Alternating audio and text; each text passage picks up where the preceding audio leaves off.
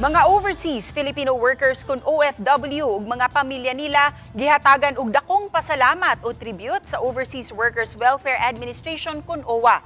Kini atol sa pagsaulog nila sa Migrant Workers Day, diin giila ang dakong natampo sa mga OFW sa pagpalambo sa ekonomiya sa nasud.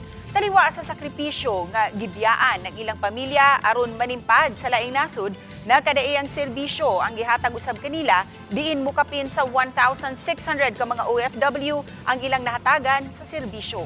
Katong wala pa makauli ang ilang mga pamilya ang mitambong sa kalihukan.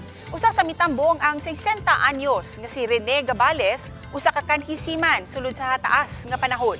Siyang pagsakripisyo nga malayo sa pamilya, gisuklian kini sa kalampusan sa iyang mga anak nga iyang nahatagan og edukasyon ug hayahay nga kinabuhi. Sa kalampusan nga iyang naangkon, nagpasalamat siya sa OWWA sa pag-amuma kanilang mga OFW.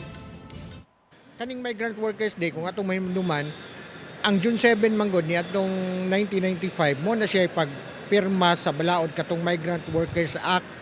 So, mo na siya ang balaod nga nagprotect sa mga interes sa mga OFWs. So, gihimo na sa dinato nga programa, Isip, pasalamat sa mga OFW ba? Ako'y lawyer nga anak.